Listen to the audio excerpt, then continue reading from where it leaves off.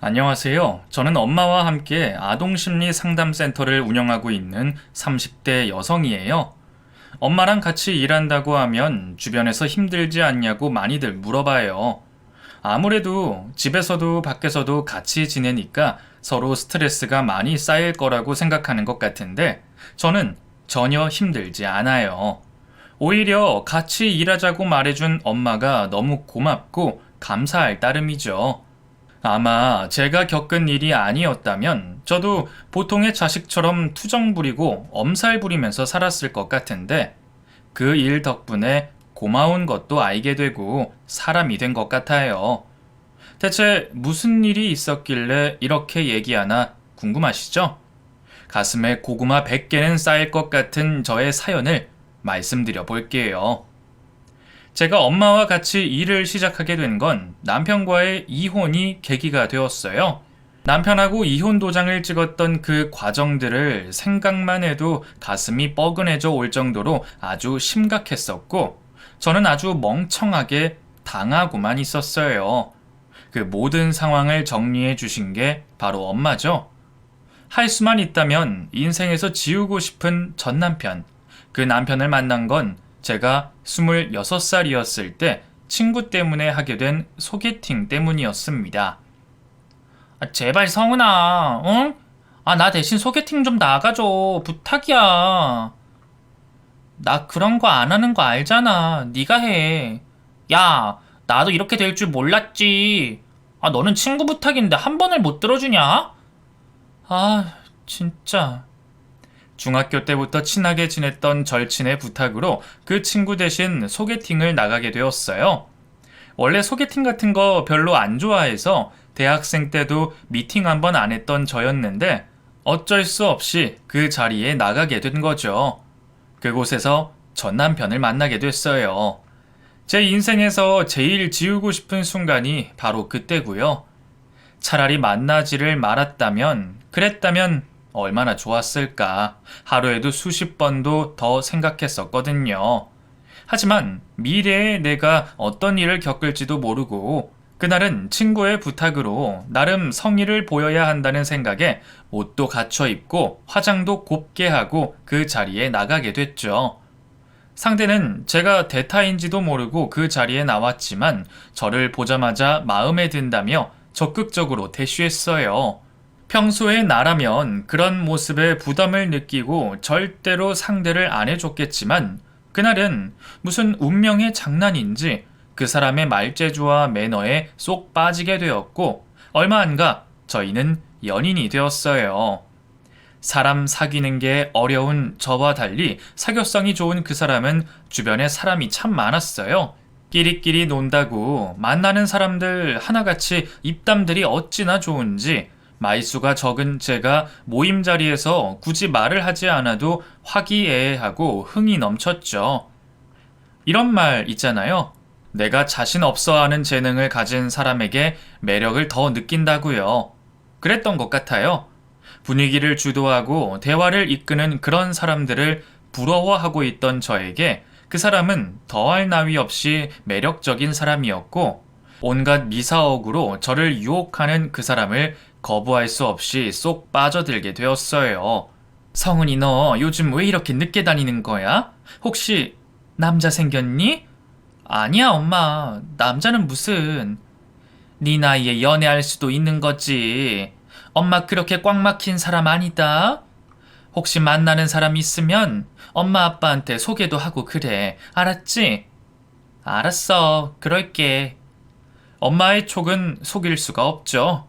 저희 엄마도 제가 연애하는 걸 바로 눈치채시더라고요. 그런데 뭔가 연애한다는 말을 하기가 부끄러워서 연애한다는 걸 숨겼어요. 제가 그렇게 숨겨도 엄마는 다 아시는데 특히 엄마는 전공이 심리 분야라서 더욱 숨길 수가 없었어요.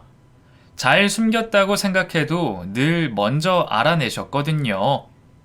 엄마는 아동심리과를 전공하시고 심리상담센터를 운영하고 계셨어요. 아버지는 사업을 하셨고요. 두 분 다 자기 일이 급한 분들이라 바쁘셨고 외동으로 자란 저는 할머니와 함께 있는 시간이 더 길었어요. 아주 어릴 때는 일에 바쁜 부모님 때문에 많이 속상했었는데 중학생이 되고 친구들과 가까이 지낼 시기에는 오히려 그런 부모님이 자랑스러웠어요. 특히 엄마의 직업이 더 자랑스러웠는데 센터에 상담 와서 치료가 되는 아이들을 보면 엄마가 그렇게 멋있게 보일 수가 없더라고요.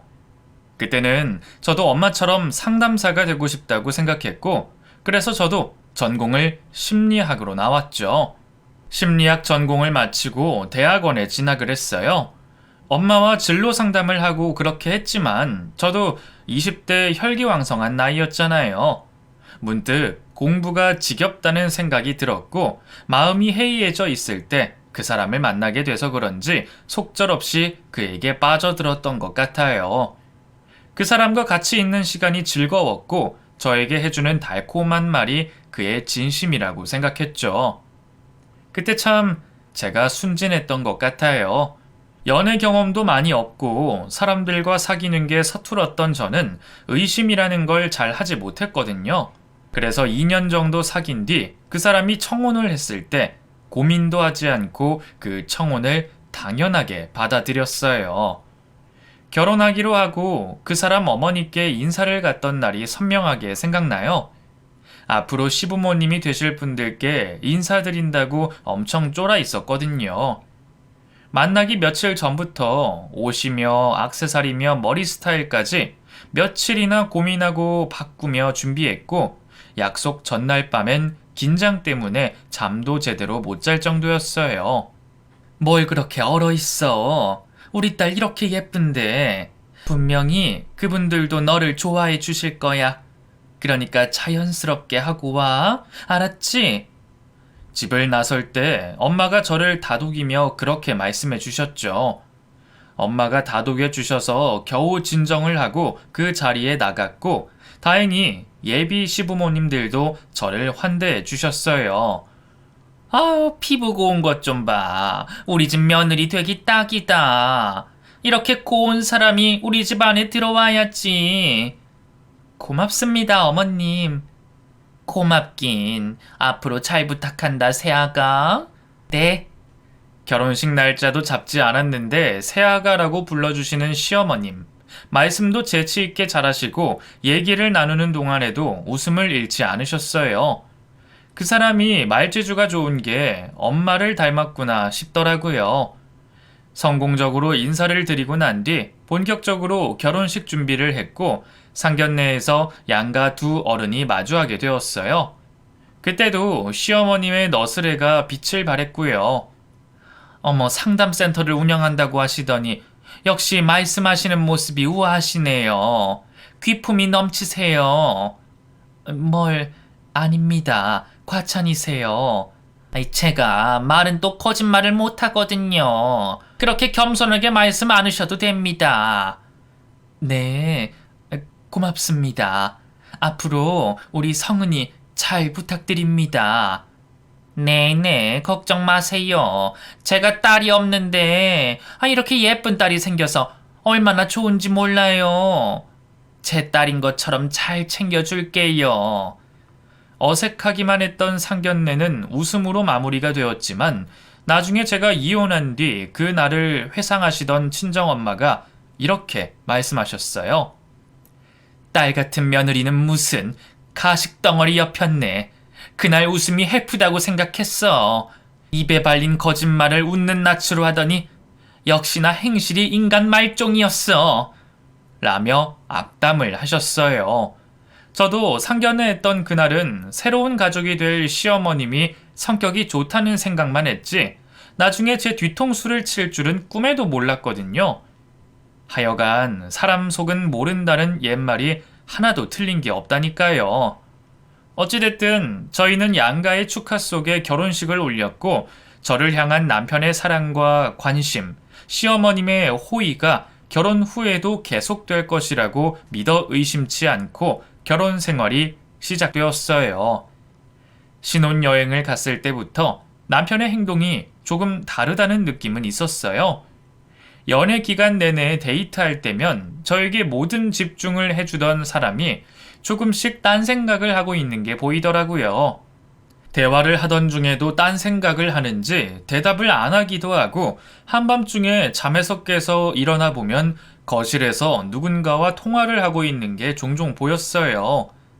시시덕거리는 모습이 일 때문에 통화하는 건 아닌 것 같았지만 다른 여자와 통화하고 있었다는 건 상상도 하지 못했죠.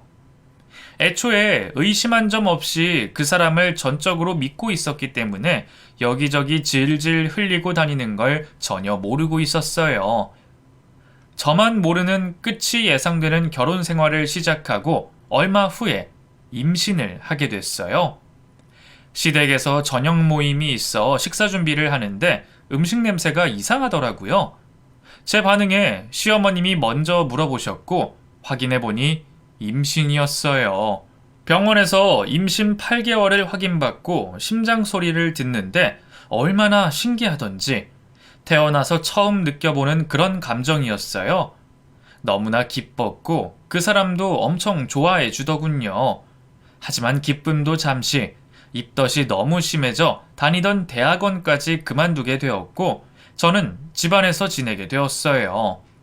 작은 유통사업을 하고 있던 남편은 바깥일이 바빠 늦은 저녁에야 들어오고 하루 종일 집에만 있는 저는 너무 외로웠어요.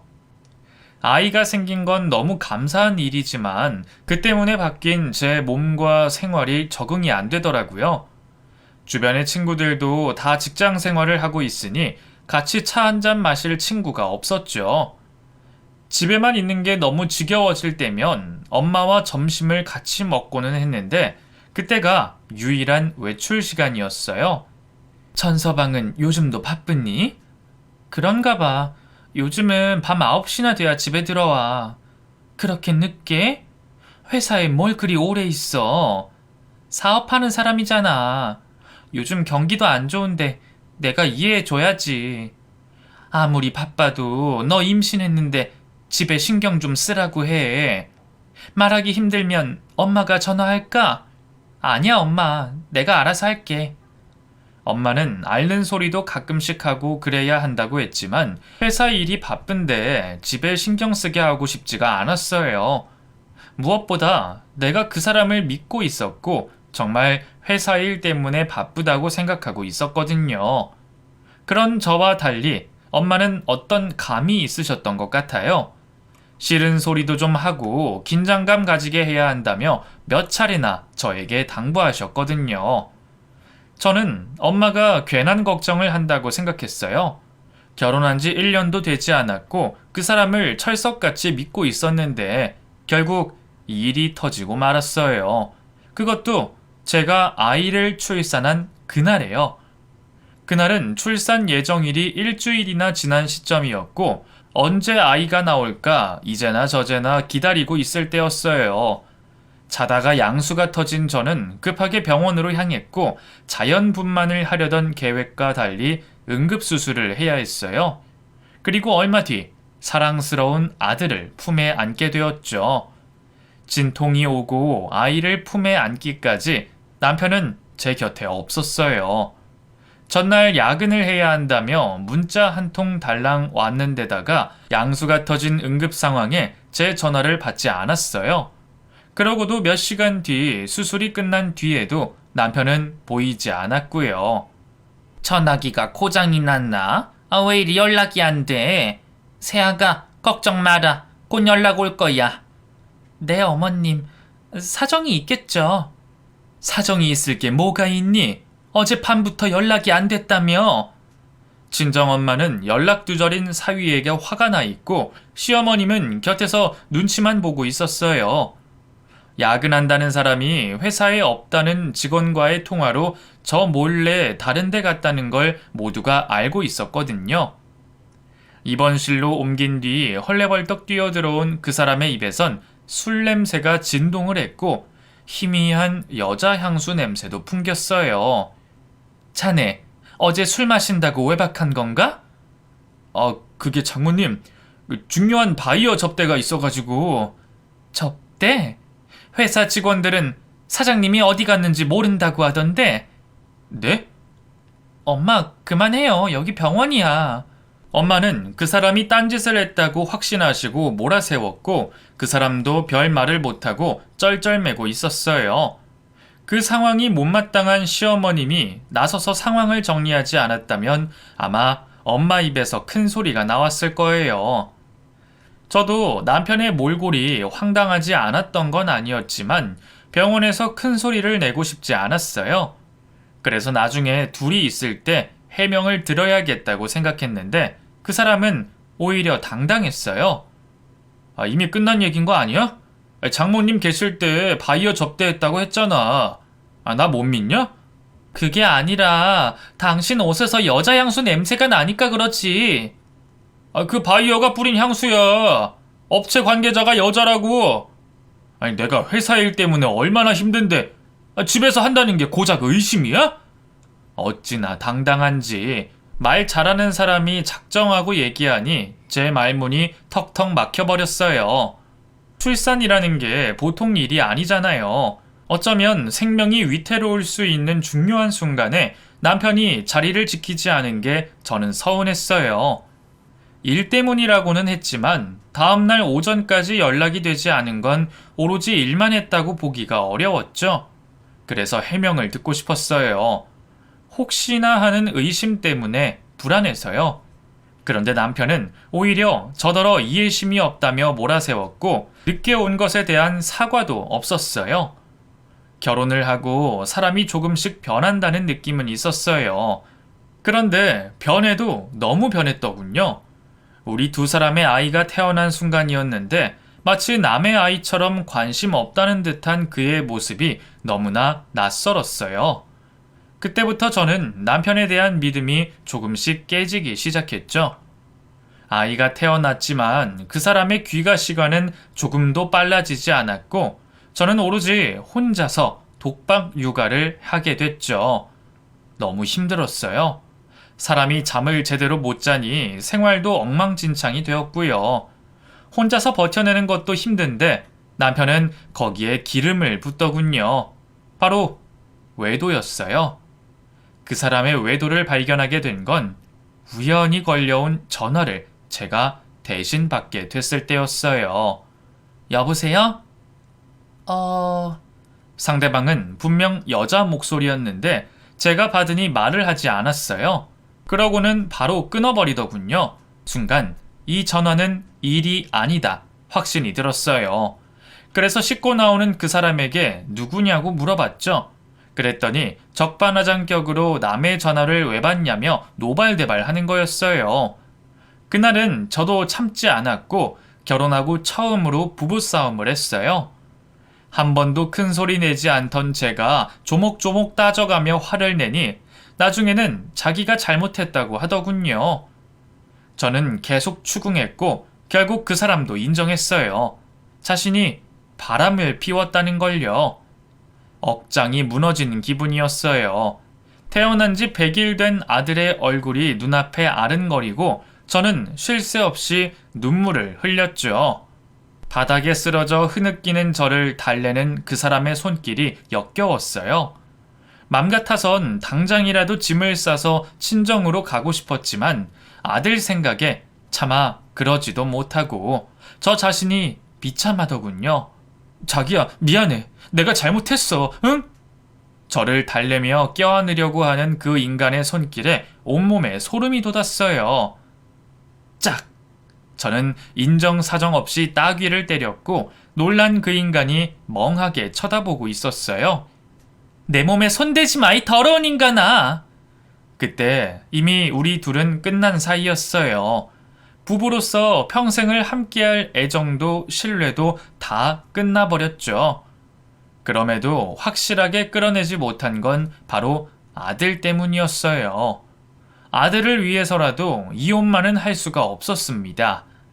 그때 이후 그 사람은 꾸준히 바람을 피웠어요. 저 몰래 외도를 하고 어김없이 저에게 들켰죠. 상간녀와 삼자 대면 후 관계 정리를 하고 나서 한동안 잠잠하다가 또다시 바람을 피웠어요. 무슨 개도 아니고 이 동네 저 동네를 돌아다니며 전국구로 바람을 피우고 다니더라고요.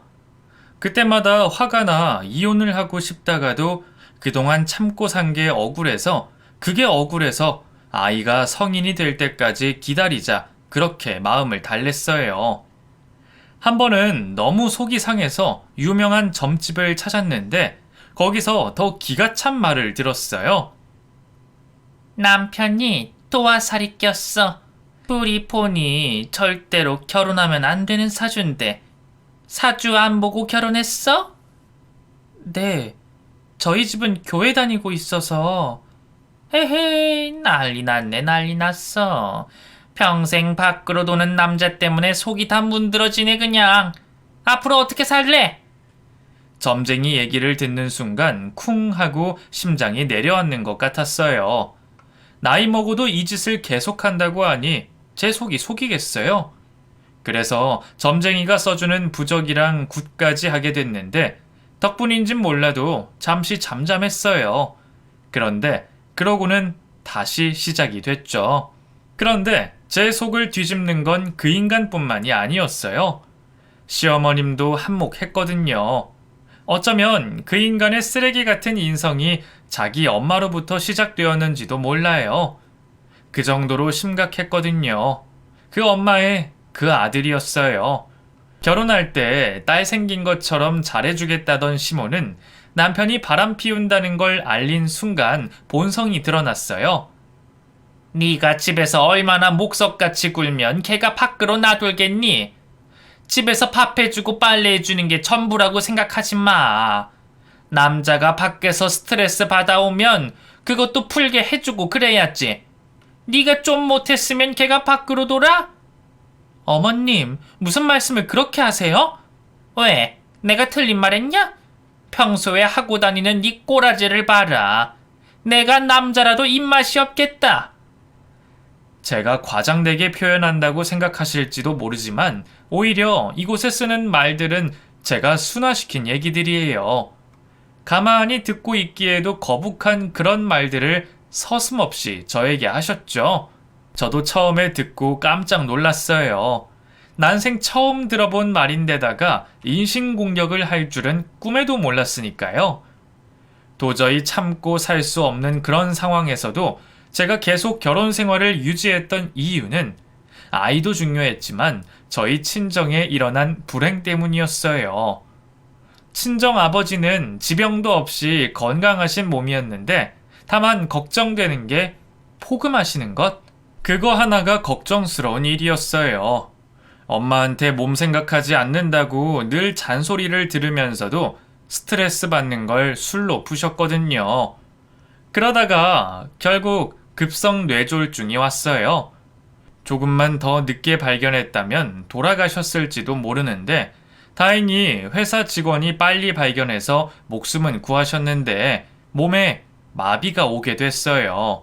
그래서 요양원에 입원하게 되셨죠. 집에 가장이신 아버지가 그렇게 쓰러지고 나서 친정은 아주 난리가 났어요. 아버지의 갑작스런 부재로 회사가 어려워지고 엄마가 운영하던 상담센터도 일시적으로 문을 닫게 되었고요. 불행이 한꺼번에 찾아온 상황에 엄마는 정신없이 뒤처리를 위해 뛰어다니셨어요. 그러니 제가 엄마한테 속사정을 전부 얘기할 수가 없었어요. 친정이 그렇게 어렵게 되자 시어머님도 태도를 달리하셨고 나중에는 저에게 모진 얘기까지 하게 되었죠. 사람이 참 한결같기가 어려운 것 같아요. 남편도 시어머님도 그렇게 사람이 변할 줄은 꿈에도 몰랐으니까요. 아니, 처음부터 그 사람들은 그런 사람들이었어요. 제가 사람을 제대로 보지 못하고 사랑에 눈이 멀어 덜컥 결혼해버렸으니 누굴 탓할 일이 아니었어요. 다 제 탓이었죠. 시간이 흐르면 좀 나아지지 않을까 싶었어요. 힘든 상황들이 한꺼번에 닥쳤지만 시간이 흐르면 나아질 거라고, 그럴 거라고 믿고 싶었어요. 그렇게라도 하지 않으면 제 자신이 너무 힘이 드니까요.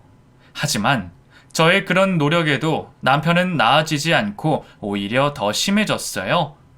더 이상 제 눈치를 보지 않더라고요. 자기가 뭘 해도 제가 이혼하지 않을 거라는 생각이 들었던지 대놓고 바람을 피우는데 그때 정말 할 수만 있다면 그 인간을 죽이고 싶다는 생각도 했어요. 우리 와이프? 야, 걱정 마라. 야, 우리 와이프 뜬눈 장님인 거 모르냐? 내가 뭘 해도 이혼하자는 말 못할 위인이야. 그러니까 어서 날짜나 잡아. 야, 이번 주 금요일 어떠냐? 보고 마음에 들면 1박 하고. 친구들과 골프 약속을 잡는 통화였어요. 인원수에 맞게 여자들 섭외해서 같이 라운드를 돌 계획인 것 같은데 마음에 들면 외박도 하겠다는 말에 기가 차더군요. 눈뜬 장님이라니. 내 속이 어떻게 되어 있는지도 모르고 그때 마음을 달리 먹었어요. 이제는 이혼을 하자. 그렇게 다른 여자에게 관심 많은 남자 그냥 놔주자. 이렇게요. 마음은 그렇게 먹었지만 선뜻 이혼하자는 말이 나오지 않았어요. 부부라는 인연이 그런가 봐요. 아무리 나에게 해코지를 하는 남자지만 왜 그렇게 그 말이 어렵던지 마음은 벌써 먹었지만 말을 못 꺼내 시간만 보내고 있을 때 또다시 사건이 일어납니다. 이 인간이 집에까지 그 상간녀를 들인 겁니다. 그날은 아들과 오랜만에 둘이서 여행을 떠난 날이었어요. 한 인간은 회사 일로 바쁘다고 했고 저는 속이 답답해서 바다가 보고 싶었죠. 차라리 꼴 보기 싫은 남편 없이 아들과 둘이 다녀오면 더 좋겠다고 생각했고 예상대로 여행을 하는 내내 너무 좋았어요. 초등학교 입학을 앞둔 아들과 둘이 맛있는 것도 먹고 바다도 보면서 사진도 많이 찍었어요. 단 둘이 여행은 처음이었는데 앞으로 종종 같이 다녀야겠다는 생각도 했고요. 요즘 아이들 사춘기도 빨리 온다는데 그때는 엄마랑 다니려고 하지도 않는다는 말도 들어서 그때가 오기 전에 추억을 많이 만들어야겠다고 생각했어요. 그렇게 행복한 여행을 마치고 집에 왔는데 현관에 낯선 여자 신발이 있는 거예요. 누군지 궁금해서 집에 들어서는데 안방에서 차마 아이에게 들려줄 수 없는 소리가 흘러나오고 있었습니다. 저는 기절할 땐 놀라 아이를 데리고 급하게 집에서 나왔어요. 가슴이 터질 듯이 쿵쾅거리고 정신이 하나도 없었죠. 왜 그러냐고 자꾸 묻는 아이에게 둘러댈 대답도 생각이 안 나서 말도 못하고 급히 차를 탔죠. 차에 앉아 어떻게 해야 하나 생각을 가다듬었어요. 아무래도 다시 집에 가서 단판을 지어야겠다는 생각에 같은 아파트에 살고 있는 친구에게 아들을 맡겼어요. 그리고 집 안에 들어갔죠. 거실로 들어서니 할 일이 끝났는지 여자는 소파에 앉아 있고 그 사람은 씻고 방에서 나오더군요. 당신 왔어? 눈뜬 장님이라고 할 때는 언제고 제가 나타나니 그 사람도 놀라고 상간녀도 놀라 급히 몸을 가리더군요.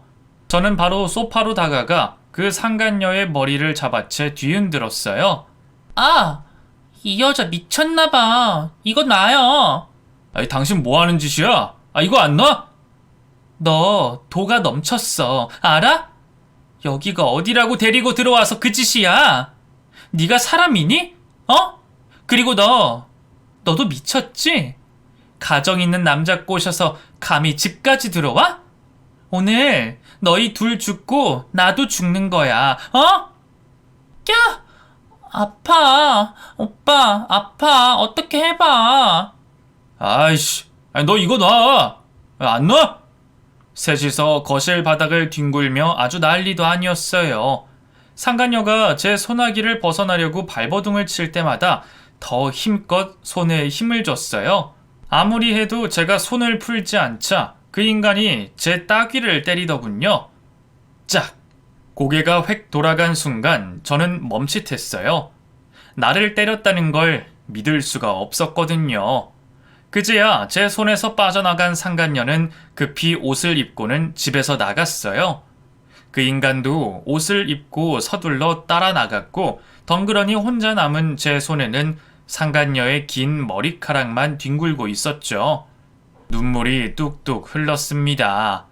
그동안 이 가정을 유지하기 위해 애썼던 저의 지난 날이 한심하기 그지없었어요. 그리고 제 자신이 너무나 불쌍했고요. 비참하고 배신감 느껴지고 허무하고 온갖 감정들이 휘몰아치는데 저는 사정없이 무너지기 시작했어요. 그날 밤 그 인간이 이혼 서류를 들이밀더군요. 더 이상 저에게 미안하다고 사과하는 연기도 하지 않았어요. 더 이상 저 같은 여자와 살기 싫다면서 당장 이혼 서류에 도장 찍으라며 소리를 고래고래 지르기만 했어요. 아들도 필요 없다고 데려가라고 하는데 기가 차서 말도 나오지 않더군요. 당장 이혼 서류에 도장을 찍고 싶었습니다. 그런데 가만히 생각해보니 이대로 쉽게 내가 이혼해주면 안 되겠다는 생각이 들었어요. 그래서 말했죠. 이혼하고 싶으면 나 죽이라고. 그랬더니 고개를 절레절레 흔들며 질린 표정으로 집을 나가버렸어요. 그날 그러고는 집에 들어오지 않았고요. 엄마, 아빠 왜 집에 안 와? 아, 아빠 출장 가셨어. 곧 오실 거야. 정말? 근데 아빠는 나 안 보고 싶은가 봐. 나는 아빠 보고 싶은데. 영상통화 해볼까? 나중에 해보자. 알았지? 어쩌다가 이런 인간과 결혼까지 하게 됐을까? 왜 내 인생에 이런 인간이 끼어들었을까? 지난 날이 너무나 후회가 됐어요. 그 소개팅에 대신 나가지 않는 건데 청혼했을 때 좀 더 고민해 봤어야 했는데 아이를 좀 더 늦게 가졌어야 했는데 오만 가지 생각들이 저를 괴롭혔고 생각 끝에는 눈물만 흘렀어요. 도저히 혼자 결론이 나지 않아서 시어머님을 찾아뵀어요. 갑작스럽게 찾아가서 그런지 깜짝 놀라시더라고요. 저는 담담하게 그동안의 결혼 생활을 얘기하고 며칠 전 목격한 일도 얘기했어요. 또 그 사람이 이혼을 요구하며 집을 나갔다는 말도 했죠. 저는 당연히 어머님이 제 편을 들어주실 줄 알았어요. 그런데 전혀 다른 방향으로 말씀을 하시더군요. 안 그래도 지혁이한테 다 들었다. 지혁이 요즘 우리 집에서 지내고 있거든. 내가 아무리 타일러도 안 되는구나. 너랑 이혼 꼭 하겠다더라. 그동안 잠잠히 계시길래 전혀 모르고 있다고 생각했어요. 설사 안다고 하셔도 당연히 자기 아들을 야단치고 가정을 지킬 수 있도록 해야 하는 게 부모 아닌가요? 상식적으로 생각하면 당연히 그렇게 행동하셔야 하는 거잖아요. 그런데 상황을 바로잡기보다는 자연스럽게 이혼 얘기를 꺼내는 것이 시어머님도 이혼을 생각하고 있구나 싶더군요. 시어머님만큼은 제 편을 들어주실 줄 알았어요. 우리 사이에 자식이 없는 것도 아니고 아들이 버젓이 있는데도 전혀 망설임이 없는 것 같아 그게 더 황당했어요. 그래도 시어머님은 정상일 거라고 생각했던 저의 기대가 산산이 무너졌죠. 더 이상 마주하고 앉아 있어봤자 할 말이 없겠다 싶어 자리에서 일어서려는데 현관문이 열리는 소리가 들렸어요. 어머님, 저희 왔어요. 엄마! 갈아먹어도 시원찮을 남편과 상간녀였습니다. 둘이 오붓하게 집안에 들어오면서도 손을 맞잡고 있었고 쇼핑이라도 다녀오는지 백화점 가방이 여러 개 들려 있었어요. 너무나 자연스럽게 같이 들어오는 모습에 제 얼굴은 사정없이 일그러졌습니다. 네가 왜 여기 있냐? 왜 둘이 같이 들어와? 왜냐니요. 저 여기서 살아요. 모르셨나봐. 뭐? 여기서 둘이 동거한다는 소리야? 아, 됐고. 너는 빨리 나가. 왜 여기까지 와서 이 지랄이야? 그곳에서 이방인은 상간녀가 아니라 저였어요. 며느리고 아내고 자식의 엄마인 저를 그 남자는 쫓아내더군요. 새파랗게 젊은 여자는 그 집안에 있고 말이에요. 그 집을 떠나오면서 눈물 때문에 앞이 제대로 보이지 않았습니다. 울지 않으려고 애를 썼지만 참을 수가 없었어요. 12월에 매서운 찬바람을 맞으며 저는 울면서 집에 와야 했습니다. 그 다음날 친정엄마께 전화를 드렸어요. 엄마, 나 이혼해야 할 것 같아요. 뭐? 이혼이라니, 그게 무슨 말이야? 엄마는 저와 전화를 끊고 한달음에 달려와 주셨고, 그동안 티내지 않았던 저의 결혼 생활을 모조리 다 말씀드리게 되었어요. 엄마는 제 얘기를 묵묵히 들어주셨고, 간간히 숨이 막히신지 한숨을 토해내셨죠. 마침내 얘기가 모두 끝나고 엄마는 결국 눈물을 흘리셨어요. 그동안 마음고생이 얼마나 심했니? 왜 그동안 한 번도 말을 안 했어? 어? 엄마도 힘들었잖아. 아빠 병간호도 해야 하고 회사 일도 그렇고. 으이구, 이 곰탱이. 바람 피웠는 걸 알았을 때 바로 이혼했어야지. 그걸 왜 참고 살아? 네가 뭐가 모자라서 그걸 참고 사냔 말이야. 규원이는 우리가 키워도 잘 키울 수 있는데 바람 피우는 애비보다 훨씬 낫지. 엄마는 그동안 참고 사느라 고생했다며 저를 다독여 주셨어요. 그리고 당장 이혼하자고 하시면서 엄마만 믿으라고 하셨죠. 그리고 시댁에 같이 가자고도 하셨어요.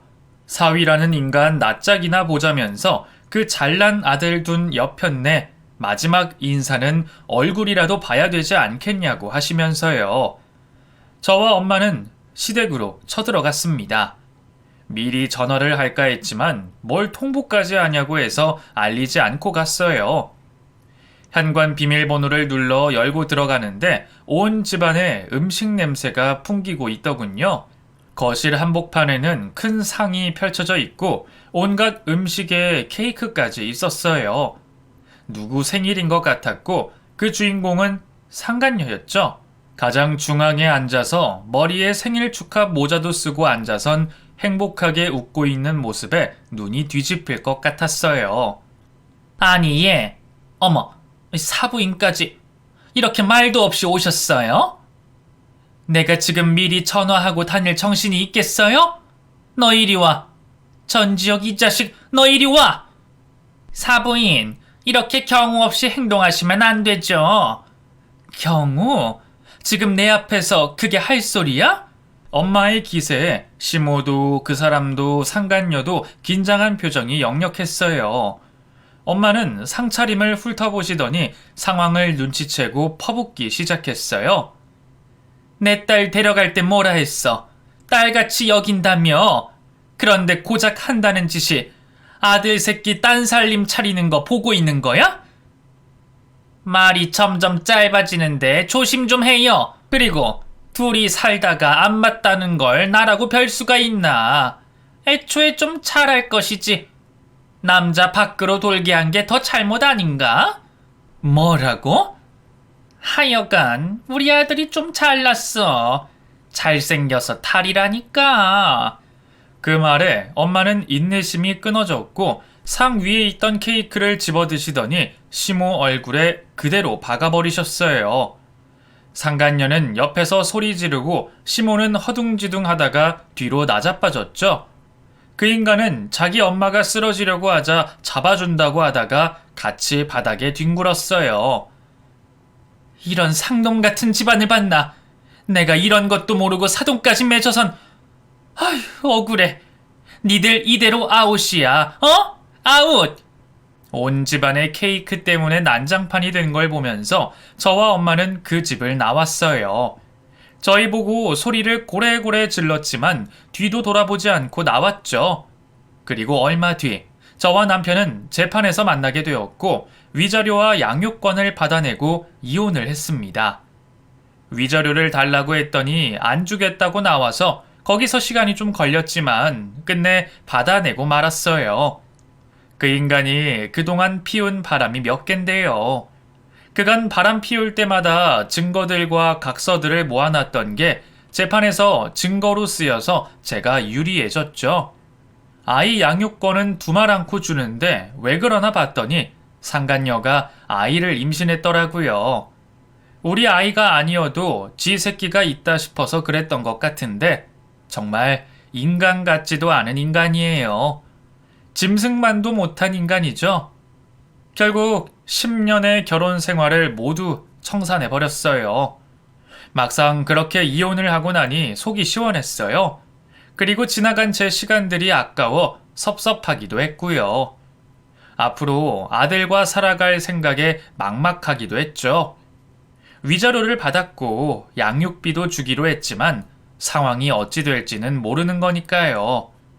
일도 제대로 해본 적 없는 제가 무슨 일을 해야 할지 갈피를 잡지 못하겠더라고요. 그때 엄마가 저에게 같이 일을 해보자고 제안해 주셨어요. 아빠가 운영하던 회사는 지난달에 팔았어. 엄마가 할 수 있는 일도 아니고 잘 아는 분께 넘겼으니 그분이 운영 잘 하시겠지. 그랬어? 엄마 정신 없었겠다. 이제 엄마 상담센터 다시 운영하려고. 그동안 집안일 때문에 못했던 일 다시 해야지. 너도 학위는 있으니까 엄마 일 도와서 같이 하자. 정말? 나 그래도 돼? 그래.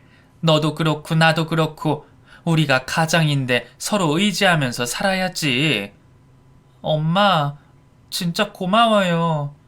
그렇게 엄마와 함께 상담센터를 운영하게 되었어요. 안 해본 일이라 적응하는데 시간이 좀 필요했지만 엄마가 많이 도와주셨고 저도 보탬이 되려고 많이 애를 썼어요. 그 결과 2년 정도 지났을 때 입소문을 타면서 손님이 많아지기 시작했어요. 경력도 쌓고 아들 뒷바라지도 할 수 있게 되면서 자존감이 정말 많이 올라가게 되었어요. 세상이 달리 보이더라고요. 내가 할 수 있는 일이 많다는 게 너무나 뿌듯했고 아들에게도 멋진 엄마가 되어주고 싶었어요. 점점 자리를 잡아가면서 지내던 어느 날 이혼하고 3년이 다 되어 갈 때쯤 상담센터로 반갑지 않은 인간이 찾아왔어요. 바로 이혼한 전 남편이었죠. 평생 마주치고 싶지 않은 인간을 마주친 저는 바로 외면했지만 제 다리를 붙들고 늘어지면서 제발 차 한 잔만 하자고 사정사정을 했어요. 보는 눈이 많아 별 수 없이 그 인간과 커피숍으로 갔습니다. 용건이 뭐야? 왜 찾아온 거야? 성은아, 그동안 잘 지냈어? 야, 얼굴이 좋아 보인다. 쓸데없는 소리 하지 말고 용건만 말해. 성은아. 그 인간이 갑자기 울기 시작했어요. 그러더니 말도 안 되는 소리를 늘어놓더군요. 성은아, 나한테 너밖에 없다. 그동안 내가 미친 짓 한 거 정말 미안해. 나 그 여자랑 다 끝냈어. 알고 봤더니 그 여자 꽃뱀이더라. 임신했다는 것도 다 거짓말이었고. 저와 이혼하고 그 여자와 결혼했는데 작정하고 집에 있는 재산을 몽땅 탕진한 모양이었어요. 2년 만에 빈털터리로 만들고는 홧김에 때렸는데 가정폭력으로 신고해 이혼까지 했다는 말이었죠. 이혼 당시 임신했다고 들었었는데 그것도 모두 가짜였다고 하면서 펑펑 울어댔어요. 나한테 한 번만 더 기회를 줘. 너한테 몹쓸 짓 한 거 알아. 조강지쳐 버려서 내가 벌 받은 거야. 울면서 그동안 있었던 얘기를 털어놓는데 거짓말처럼 안쓰러운 마음이 하나도 안 생기는 거 있죠. 오히려 쓴웃음만 났어요.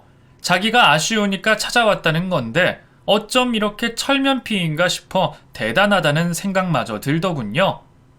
너 미쳤냐? 감히 나한테 와서 재결합을 하자고 얘기를 해? 미친놈. 너랑은 겸상도 하기 싫은 사람이야, 나. 다시는 찾아오지 마. 알았어? 그렇게 쏘아붙이고는 일어서는데 제 팔을 잡고 안 놔주는 겁니다. 맘 같아서는 따귀를 때리고 싶더군요. 그래서 앞에 있는 컵에 든 물을 얼굴에 확 부어버렸어요. 그리고 바로 카페를 나왔죠. 저는 지금 생활이 너무 좋습니다. 제가 좋아하는 일이 있고 아들과도 편안하게 지내고 있어요. 친정 아버지도 예전보다 상태가 좋아지셔서 집으로 오셨는데 다 같이 모여 사는 게 저는 정말 좋아요. 다시는 그 지옥 같았던 결혼 생활을 반복하고 싶지 않습니다. 재결합이요? 제 인생에는 절대로 없을 그런 일이에요. 제 이야기는 여기까지예요. 긴 글 들어주셔서 정말 고맙습니다.